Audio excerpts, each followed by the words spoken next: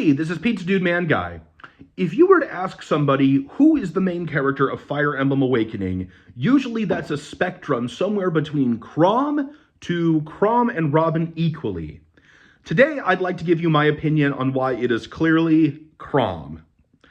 The story of Fire Emblem Awakening follows the journey of Chrom from Prince to Exalt to Savior of the World. And yes, Robin has a very important plot point in that story, but it is largely relegated to the third act of the game, which is also the shortest act of the game. All the stuff with Gangrel is about Chrom, all the stuff with Walhart is about Chrom, and all the stuff with Grima is Chrom and Robin equally, but it's the shortest part. And yes, there is a lot of buildup in the story to that third act, and Robin's an important part of that, as is Lucina. And Robin is a very important supporting character throughout the entire game. You know, those first couple of acts, Chrom makes all the decisions and pathways ultimately, but Robin's a big part of that, as are Frederick and Basilio and Flavia. So I stand by what I said. Robin is a very, very important supporting character, but Chrom is clearly the main character.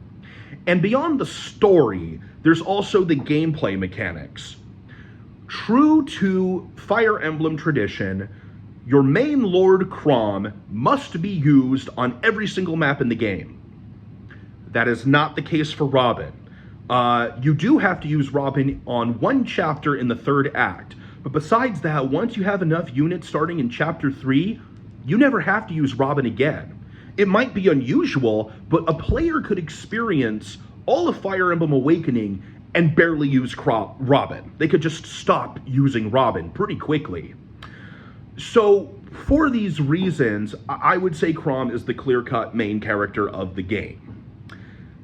So as far as Super Smash Bros. Is concerned, that means I think Robin is a very, very good example of not always needing the main character of the game to be the character that represents them in Smash.